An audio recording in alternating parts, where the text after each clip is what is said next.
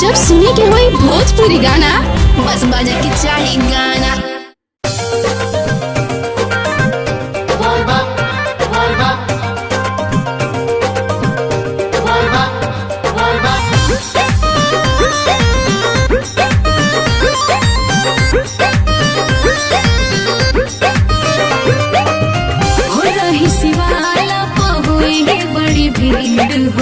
कैसे तू चिन्हवा लागल फिकीर हो हो रही शिवाला पहुई बड़ी भीड़ हो कैसे तू चिन्हवा लागल फिकीर हो।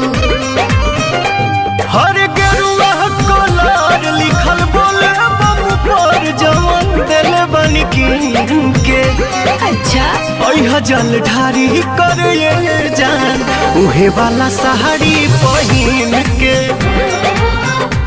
जल ढारी कर जान उहे वाला साड़ी पहिन के।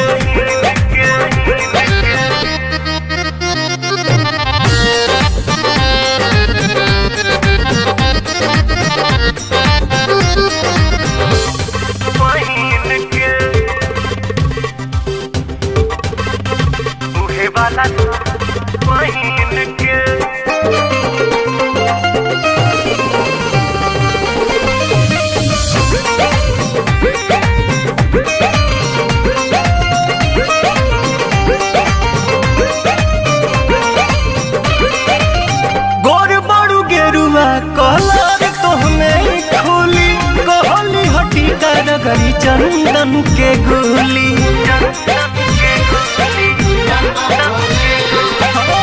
गोर बड़ू गेरुआ कलर तोहमें खुली कहली हटी गरी चंदन के गोली।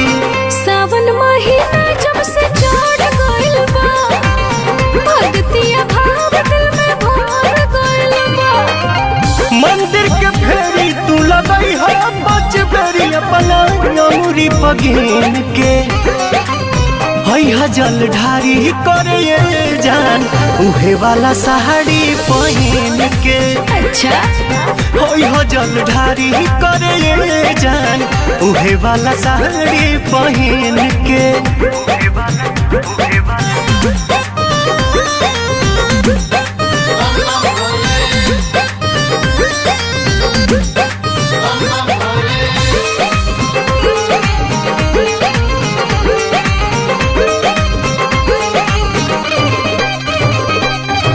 साचो कहीं लगता रुआ तना सुनर हो भोला कोरस केहू के लागे ना नजर हो। साचो कहीं लगता रुआ तना सुनर हो बाबा कोरस केहू के लागे ना नजर हो। तोहरे ला भूखल माने सावली सुमारी खुश भगवान मन अरुणा बिहारी पाके आशीर्वाद रखी शिव जी के याद ना भूल शुभ दिन के। जल ढारी करे जान उहे वाला साड़ी पहिन के। ठीक बाजी जल ढारी करे जान उहे वाला साड़ी पहिन के।